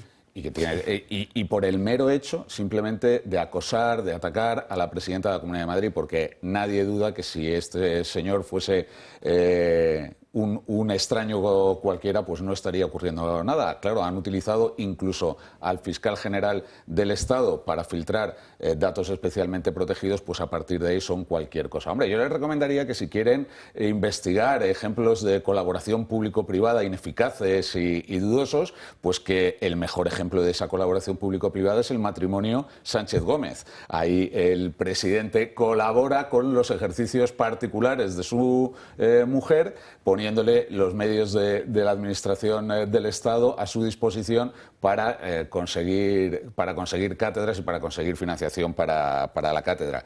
¿Que quieren investigar ejemplos de usos fraudulentos en el ámbito sanitario? Oye, pues ya tienen parte de trabajo. Que tiren de Víctor Torres y de las mascarillas que compró por 5 veces el valor, o de Salvador Illa, que compró a una empresa de yesos respiradores que luego no servían para nada, y que sigan ese ejemplo investigando por ahí. Mientras el Partido Socialista se dedica a estas cosas, en la Comunidad de Madrid ya anunció que no iba a asistir a la comisión que se ha creado para estudiar los efectos del acuerdo que ha llegado el gobierno de Pedro Sánchez con los independentistas sobre el modelo de financiación, en una muestra de su cobardía política, que yo entiendo que es muy difícil que vayan a explicar por qué ese castigo a los madrileños, por qué pretenden poner en riesgo los servicios públicos que se prestan en la Comunidad de Madrid y en el resto de comunidades autónomas para privilegiar a una comunidad autónoma, sobre todo teniendo en cuenta que su nuevo secretario general es el que estaba ahí al lado de Sánchez urdiendo todos estos acuerdos que perjudican a los madrileños. Roberto. Es que esta Siri de Más Madrid es un elemento de cuidado. Esta el 7 de octubre, cuando estaban matando a 1.300 judíos, ella lo celebraba, o sea, decía que era un movimiento de resistencia palestino. No después, como dicen muchos, que se oponen a que ellos llaman genocidio en Gaza, sin saber lo que es un genocidio, lo que significa un genocidio, ¿no? No como respuesta a Israel, no, el mismo 7 de octubre. Y luego son los que salen Más Madrid diciendo desde el río hasta el mar, etcétera. Digo, para ponernos en contexto de quién es esta señora. Las campañas contra Ayuso son cada vez más sucias. Lo intentaron con el padre ya fallecido, con el hermano, también con el novio, filtraciones de datos fiscales privados. Y luego lo pasó la semana pasada con el documental, me parece, de una eyección ya, de una bajeza, a la vez en televisión española en el 24 horas, Xavier Fortes prestándose a eso, ¿no? Queriendo de alguna manera contaminar el relato de las residencias con un número falso, además como si nosotros no tuviéramos memoria de lo que pasó hace 5 años, como si no supiéramos que algunos hicimos recopilaciones, artículos, entrevistas, etcétera, pero son los jefes de la propaganda y Ayuso la tienen porque es la némesis en Madrid y en España al final muchas veces es casi la que le da réplica a Pedro Sánchez. Los Reyes Maroto, por ejemplo, hablando de asesinato, que vea la definición de asesinato en el diccionario lo que es, tiene que haber alevosía, recompensa, bueno, etcétera. Que luego además pidió perdón con un desconocimiento absoluto de la gramática y de la sintaxis, no sé si leyó ese mensaje, que esto en el colegio tú repetías curso con ese nivel de redacción. Y esta señora era ministra. Pero bueno, claro, ese nivel, lo que demuestra que para ser ministro no hace falta ni dominar la lengua española. No, pues mira, acuérdate de... No fue ministra, acuérdate de Adriana Lastra, tu paisana. Esa no bueno, domina, eso ha sido un golpe bajo, lo admito. Oriol Junqueras ha dicho hoy algo que puede tener trascendencia. Ha dicho que Esquerra, ya saben cómo se pone el grave cuando habla de Cataluña, Esquerra va a decir no a un incremento del gasto de defensa. ¿Apoyaría un incremento por parte del Gobierno de ese gasto? No. ¿Y eso puede condicionar el apoyo inmediato a presupuestos, estabilidad de la legislatura? No habrá presupuestos en 2025. No apoyaremos unos presupuestos en el 2025, ni para la Generalitat de Cataluña ni para el Gobierno español. Vaya tela. Así es que, compuesto y sin novia, ¿no? Se va a quedar Sánchez. Esto era un sí o sí. Lo que necesitaba él, unos presupuestos, y a esto le proyectaba al final de la legislatura. No lo va a tener, o por lo menos eso dice Esquerra en estos momentos. Ya veremos qué hay que pagarle a Esquerra para que cambie de opinión en el futuro. Bueno, la verdad es que nos queda muy poquito tiempo, si acaso el suficiente para que yo os agradezca vuestro pasar por el programa, vuestras opiniones sobre todo y vuestra presencia aquí. Y a ustedes también les agradezco vivamente que estén pendientes de nosotros, que nos sigan, y por eso les tengo un premio previsto. Cuando finalicemos, a la vuelta de publicidad, arrancamos el día en 30 minutos.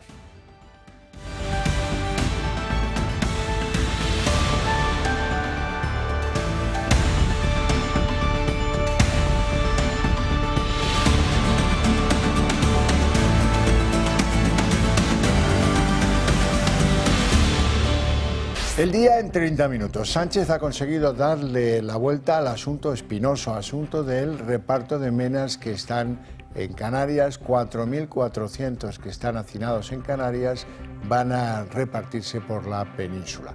Ha sido todo verdaderamente sorprendente. Se ha celebrado un acuerdo nocturno entre Junts y los socialistas, un acuerdo secreto, y el gobierno ha conseguido que Junts pase de haber estado en contra de ese reparto de menas en lo que afectaba a Cataluña a que ahora esté a favor y dispuesto a validar ese decreto ley en el Congreso cuando corresponda.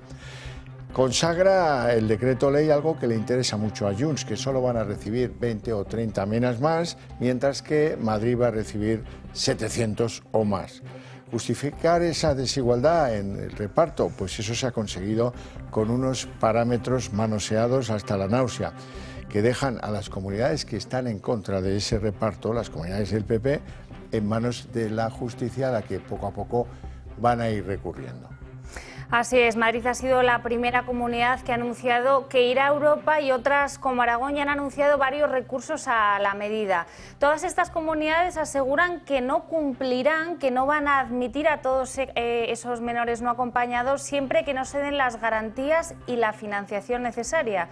Ojo que también hay críticas desde Esquerra Republicana, desde otro de los socios independentistas de Pedro Sánchez. Asegura que no le han gustado las formas, ya que se enteraron de ese acuerdo con Junts cuando ya estaba sobre la mesa y a través de la prensa. Sánchez se arrodilla de nuevo ante las peticiones de Junts. Como exigían los independentistas, el gobierno modifica la ley de extranjería y aprueba el reparto entre las comunidades de unos 4.400 menas que están hacinados en Canarias. Un reparto que no va a ser igual para todas las comunidades. Cataluña solo acogerá a 20 o a 30, mientras que Madrid tendrá que hacerse cargo de 700 o más. El gobierno lo considera un hito histórico. Estamos ante un hito en defensa de los derechos humanos. Mientras, los independentistas sacan pecho de lo acordado y aseguran que corrige la desigualdad con Cataluña. Aquest acord el que fa és corregir aquesta desigualtat històrica. Junts continua treballant per Catalunya. Para Vox es un acuerdo irresponsable. Se trata de una absoluta irresponsabilidad con los españoles que son al final quienes sufren las consecuencias de estas políticas, no las sufre Pedro Sánchez, que está en la Moncloa. El PP también rechaza lo pactado y acusa al Gobierno de mercadear con los menas. El Gobierno de Sánchez ha pasado de mercadear con leyes a hacerlo con menores de edad. Para Isabel Díaz Ayuso, el reparto de menas es lamentable y advierte que llevará a los tribunales y a la Unión Europea este pacto entre gobiernos e independentistas. Las comunidades del PP lo tienen claro, no acogerán menas si el Gobierno no lo financia. Lo que va a hacer la Comunidad Valenciana es lo que harán todos los territorios donde gobierna el Partido Popular. Negarse a acoger menores inmigrantes si no hay capacidad para alojarlos con respeto y con garantías. Esta posición de los populares es inaceptable para Moncloa, que incluso acusa a los de Feijóo de romper el país por no aceptar lo pactado.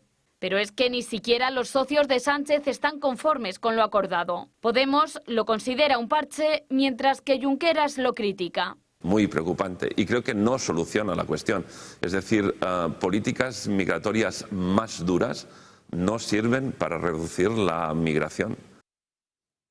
Hace solo 7 meses, el pasado mes de julio, el Congreso tumbó la reforma de la Ley de Extranjería para repartir a los menores no acompañados, con los votos en contra tanto del Partido Popular como Junts. Seguro que ustedes recordarán las palabras de su portavoz en el Congreso, de Míriam Nogueras, que aseguraba que se trataba de un acuerdo insolidario y que tensaba la convivencia en Cataluña.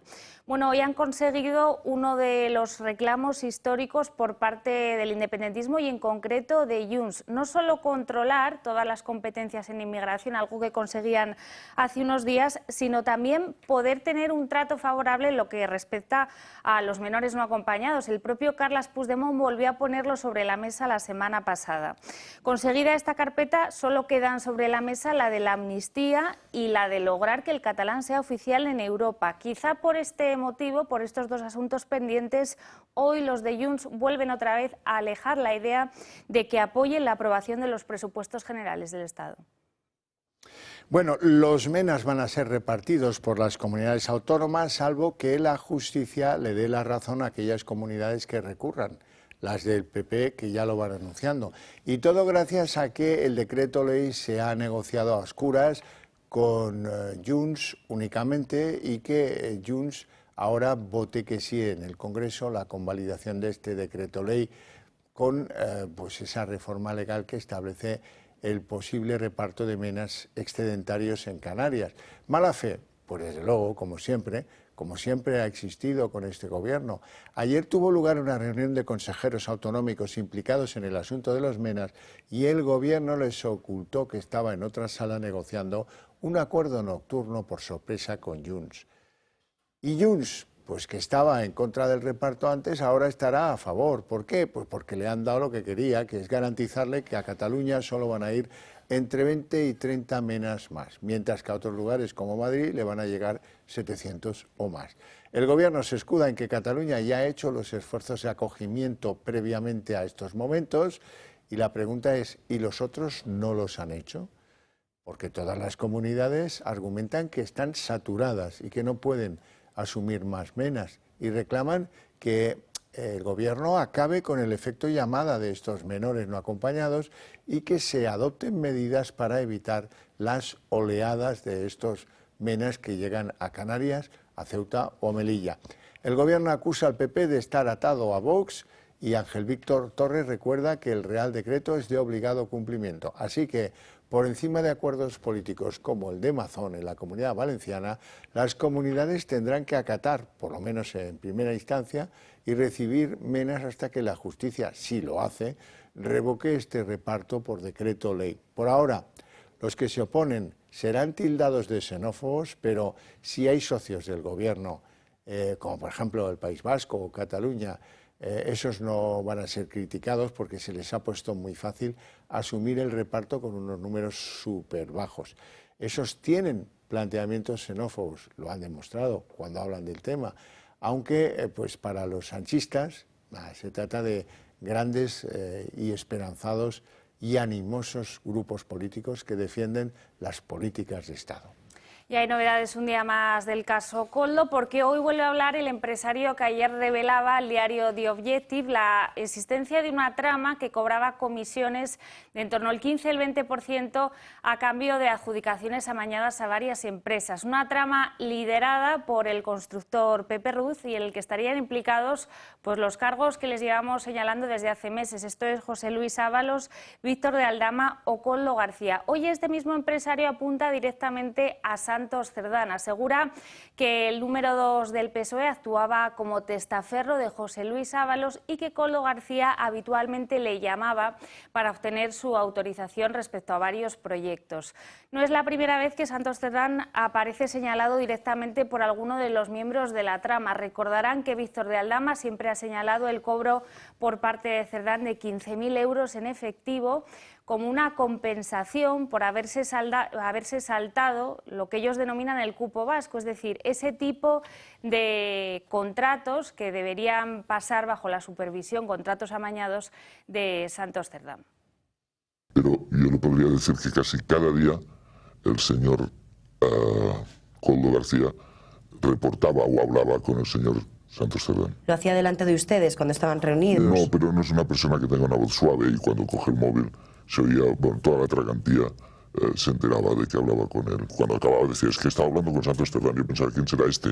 ¿Y qué relación cree usted que tenía Santos Cerdán con José Luis Ábalos?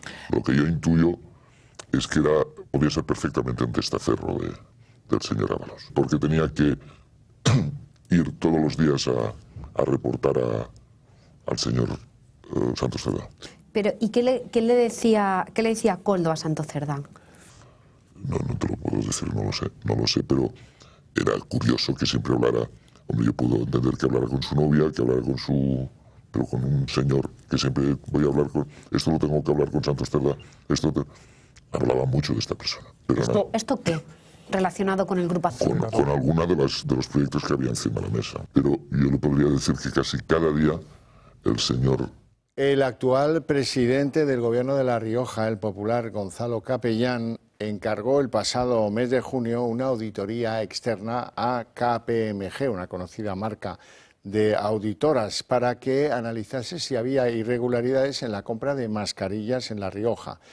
Esa compra la realizó su antecesora en el cargo, la socialista Concha Andreu. Pues bien, la auditora descubre que la adquisición de 5,5 millones de unidades mascarillas y que costó 3 millones de euros, pues se hizo de manera irregular y que esa compra que se hizo en mayo de 2020 se adjudicó a la empresa en la que trabajaba la hermana de un alto cargo del gobierno de Concha Andreu y también le entregaron unas mascarillas que resultaron ser inapropiadas. Y hay veredicto del Consejo General del Poder Judicial sobre la reforma de Bolaños de acceso a la carrera judicial. El órgano de los jueces tacha de discriminatorio promocionar a juristas, a magistrados en solo 5 años, cuando la ley obliga a los jueces a estar 10 años en el cargo para dar ese salto. En un informe muy crítico que se votará mañana, la institución alerta incluso de su inconstitucionalidad. Bolaños expuso su reforma el pasado mes de enero como una fórmula mágica para acabar con un supuesto monopolio conservador dentro de la justicia. Democratizar el acceso, alerta el CGPJ, puede minar el mérito y la capacidad que siempre han imperado en la carrera judicial. Pablo Echenique tendrá que sentarse en el banquillo acusado de un presunto delito de odio por un tuit que hizo contra los curas acosadores. Decía él en el tuit, Echenique específicamente se refería a que, según él, estadísticamente es mucho más probable, decía, que un sacerdote cometa un delito de agresión sexual contra menores de edad que delinca una persona migrante. La acusación pide que Echenique sea condenado a 1 año de prisión, a una multa durante 6 meses y una inhabilitación especial para ejercer cualquier profesión relacionada con el ámbito educativo y que dure esa inhabilitación entre 3 y 10 años. Y en la página internacional, Israel, tras 2 meses de tregua, ha decidido romper ese alto el fuego y atacar de nuevo la franja de Gaza. Se estima que hay unos 400 muertos tras esos ataques intensos durante la madrugada. El primer ministro, Benjamín Netanyahu, que achaca estos ataques a la negativa de Hamás de devolver a todos los rehenes, asegura que a partir de ahora todas las negociaciones se harán bajo el fuego. Cambio de rumbo en la tregua entre Israel y Hamás. Tras casi 2 meses de alto el fuego, vuelven los ataques. Israel ha lanzado una ofensiva a la franja de Gaza contra, según han confirmado, objetivos bélicos. En este momento, las fuerzas de defensa de Israel están atacando objetivos de la organización terrorista Hamás en toda la franja de Gaza para lograr los objetivos de la guerra determinados por el escalafón político, incluida la liberación de todos nuestros rehenes, los vivos y los muertos. A partir de ahora, Israel actuará contra Hamás con una fuerza militar en aumento. Netanyahu justifica la ofensiva por la negativa de liberar a los rehenes en poder del grupo terrorista que habían pactado en el acuerdo. Israel aún contabiliza 59 y afirman que una treintena estarían muertos. El primer ministro Benjamín Netanyahu y el ministro de Defensa Israel Katz han ordenado a las fuerzas de defensa de Israel que tomen medidas enérgicas contra la organización terrorista Hamás en la franja de Gaza. Una acción que se debe a la negativa continua de Hamás para liberar a nuestros rehenes, al igual que la negativa de todas las propuestas recibidas por el enviado presidencial de Estados Unidos, Steve Witkoff, y todos los mediadores. Danny Danon, embajador de Israel ante las Naciones Unidas, ha confirmado que no mostrarán piedad. Las fuerzas aéreas israelíes han lanzado ataques contra objetivos de Hamás en Gaza. No mostraremos piedad contra nuestros enemigos. Dejadme ser claro. Israel no se detendrá hasta que nuestros rehenes vuelvan a casa. Dejaremos claro al Consejo que si quieren detener la guerra, tienen que asegurarse de que los rehenes vuelvan a casa. Estados Unidos está mediando y Donald Trump ya advirtió a Hamás que si no cumplían con lo pactado, iban a ofrecer toda su ayuda armamentística a Israel para proceder con ataques. El Estado judío ha tenido el beneplácito de la Casa Blanca. Tanto la administración Trump como la Casa Blanca fueron consultadas por los israelíes por los ataques en Gaza de esta noche. Y como ha dejado claro el presidente Trump, Hamás, los hutíes, Irán, todos los que busquen aterrorizar no solo a Israel, sino a los Estados Unidos de América, tendrán que pagar el precio. Se desatará el infierno contra ellos. Por su parte, Hamás ha amenazado a Israel afirmando que exponen a los prisioneros en Gaza a un destino desconocido. La gran noticia del día de hoy es el éxito del presidente norteamericano Donald Trump, que ha mantenido una conversación muy larga con Vladimir Putin. Empezaban a las 3 y acababan pasadas las 6 de la tarde. En esa conversación han entrado a fondo en las posibilidades de una paz en Ucrania. Consecuencias, este es el comunicado de la Casa Blanca, consecuencias de la conversación, han llegado a un acuerdo de que Putin ordenará el alto el fuego durante 30 días para las infraestructuras eléctricas o energéticas de Ucrania y también se producirá un intercambio inmediato mañana de 173 prisioneros de una parte a la otra y de la otra a la una. Hay que constatar también que después de anunciado el acuerdo se han oído diversas explosiones en la capital ucraniana, en Kiev, pero bueno, es el primer paso para lo que parece que está consiguiendo Trump, que es que dejen de matarse en Ucrania. Y aquí en España el temporal es noticia. La borrasca Loren sigue causando estragos, especialmente en Andalucía y en Murcia, con desalojos, con personas que han tenido que ser evacuadas de sus viviendas y con ríos desbordados. La peor parte se la llevan varias provincias, entre ellas Sevilla. Allí en Constantina los bomberos han confirmado esta tarde el hallazgo del cadáver de una mujer que había desaparecido junto a su pareja. Encontraron su coche vacío, arrastrado en un arroyo junto a una finca privada cerca de la carretera Puebla de los Infantes. El Ayuntamiento de Sevilla, y esto también es novedad, ha cerrado por primera vez las compuertas del muro de defensa para proteger al barrio de Triana de la crecida del río Guadalquivir.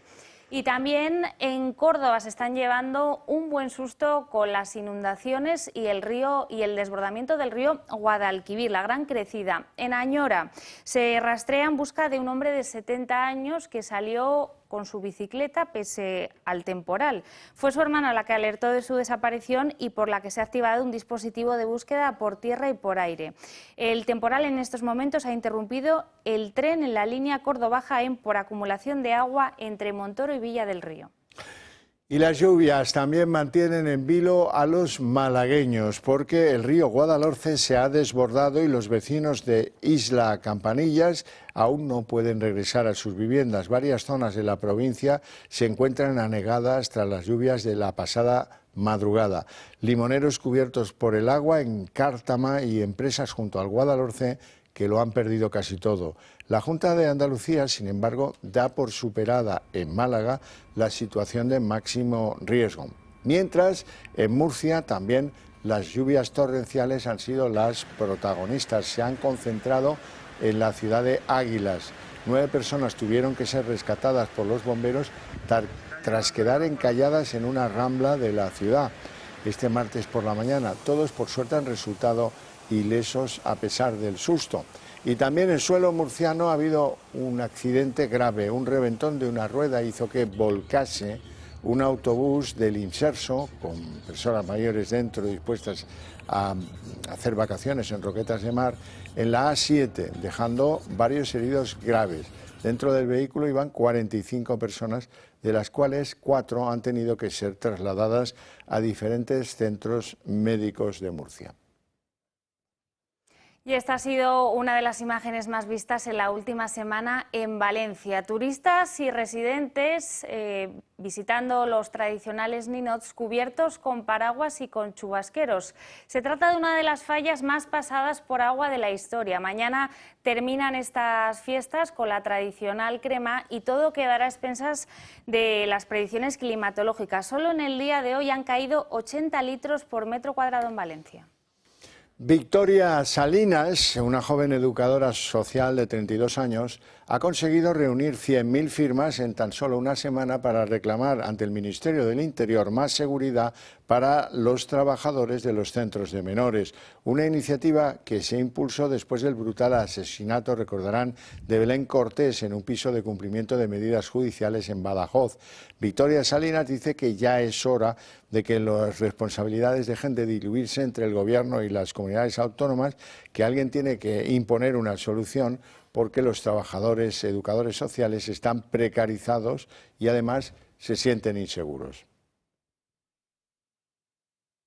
Bueno, y esto de ir al espacio, ¿sabes qué? No nos conviene, porque te dicen que es un viajecillo de unos días y luego acabas no sé cuánto el tiempo allí. Menuda odisea en el espacio la que han vivido los astronautas Sunita Williams y Barry Wilmore. Se fueron para una semana y han estado nada más y nada menos que 285 días atrapados en el espacio. Su nave partió el pasado 5 de junio, pero se han visto obligados por un fallo en su nave a pasar casi 9 meses atrapados en el espacio. La llegada hace 3 días de la misión Crew 10 de SpaceX ha acelerado su vuelta, que está prevista para las próximas horas en cualquier punto de la costa oeste de Florida. Bueno, pues hasta aquí el día en 30 minutos. Les deseamos una feliz noche a todos, especialmente a los que decidan compartirla con la señal del Toro Televisión. Y mañana volvemos con todas las noticias. Les dejamos con Sandro Meco. Hasta mañana.